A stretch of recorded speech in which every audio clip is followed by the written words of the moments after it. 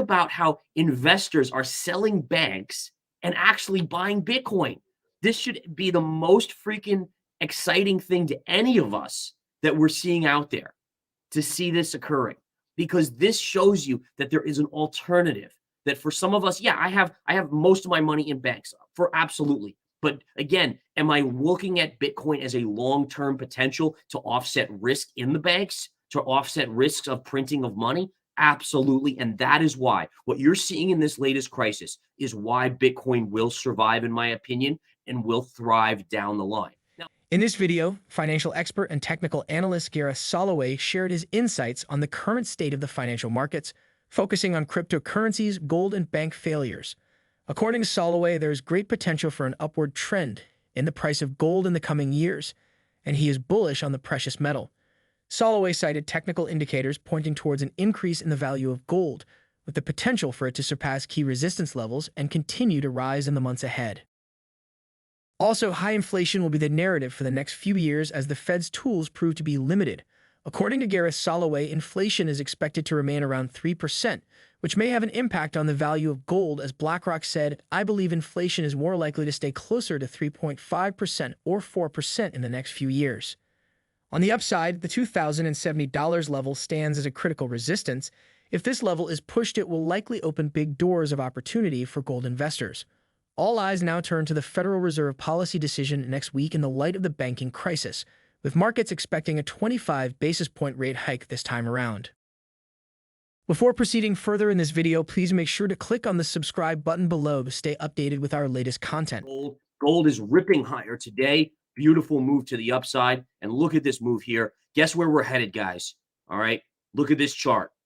You have your up move for 2 years from 2018 to 2020. You have sideways consolidation. I still remember when we were trading down here, everyone was like, "Oh, Gareth's insane. Gold stinks, da da da da da." Yet it was still the best performing asset between the S&P 500 as well as Bitcoin. And then look at the run it's gone on here. This was my prediction, is that when the Fed finally gets to a point where they have to pause because things get so messy in the economy, you know what's going to happen? We're going to see gold rip. Now, gold is going to have resistance coming up at this upper trend line around $1,955. That is okay.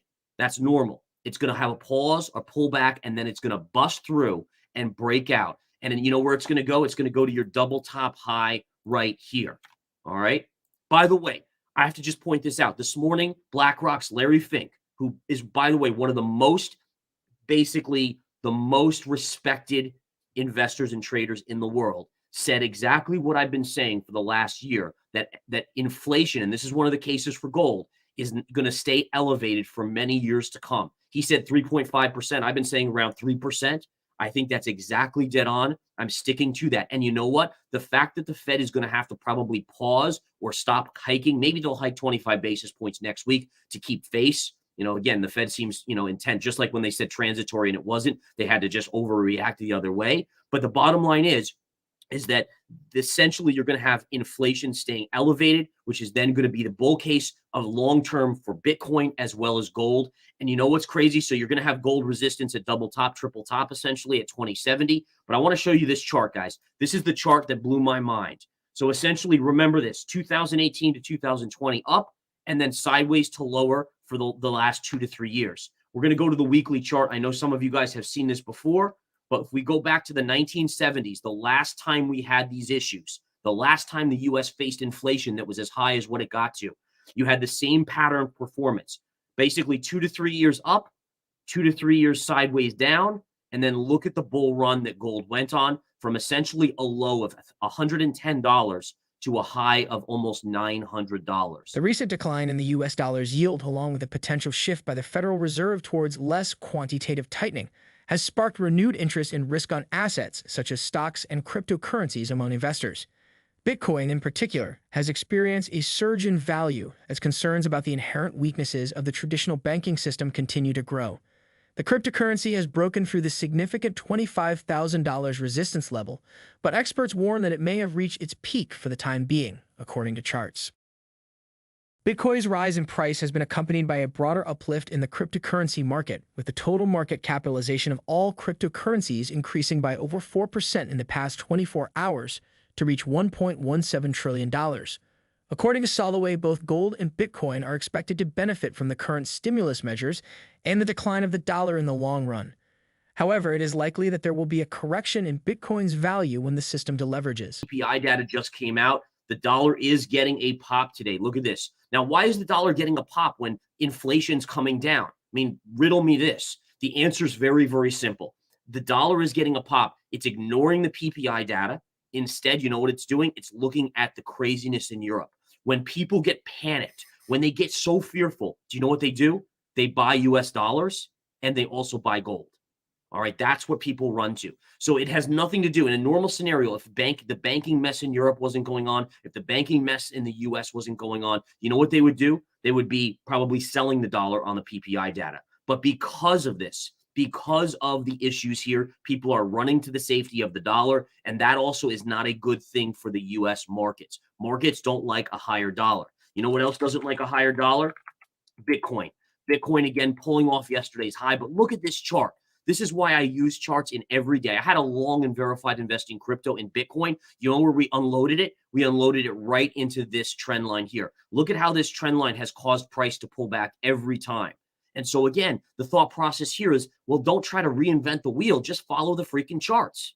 And that's all I did. So yesterday we unloaded just above 26,000 our Bitcoin position, and it's pulled back since then. Now, again, part of that was also a 3-bar surge. We know that in trading, when you have 3 mega green candles to the upside or 3 mega green candles to the downside, in general, you get a bounce or a pullback. In this case, when it's a sharp move up, you get a pullback to the downside.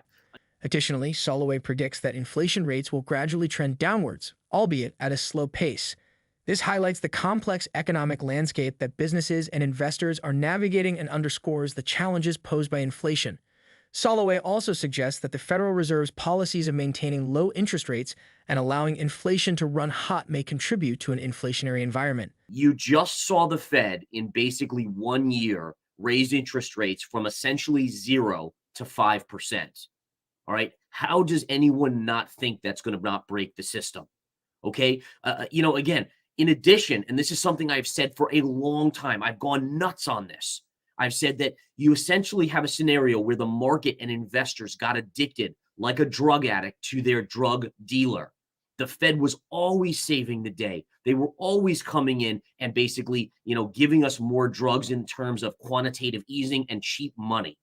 So the fact is, when you go cold turkey, what the heck do you think is going to happen? And I said this a year ago. I said this a year and a half ago. I said the system would break. I said, be ready for black swan events. They're going to come. And here we are today with the banking sector a mess. Europe is now a mess. We're seeing, again, the banks in Europe getting absolutely annihilated today. And again, it's kind of common sense. To me, it's common sense. Now, in all fairness, is it the Fed's fault that we're in this predicament? Partially, yes. And the reason I say partially yes is because, they said transitory, right? We remember that word, transitory. Inflation's going to be transitory. There's no need to really jump on and start raising rates yet because it's going to be transitory inflation. They were wrong. They had to play catch up, which means they had to jack rates up in a short amount of time, insane amounts. And remember, we're not just talking about going from 0.25% to 5%-ish. We're talking about the rate of change, how quickly it happened, and we're talking about how many hundreds of percentage points that was an increase from 0.25 to where we currently are. Soloway's analysis sheds light on the difficulties that investors and businesses encounter while navigating the current economic climate, specifically regarding inflation and currency fluctuations. That's all about today's analysis. What do you think of Gareth Soloway's predictions for gold and cryptocurrencies performance in 2023? Do you agree with his future outlook and why? Share your thoughts in the comments section below. If you found this information helpful, please consider giving this video a thumbs up and subscribe to our channel. We look forward to bringing you more updates in the future.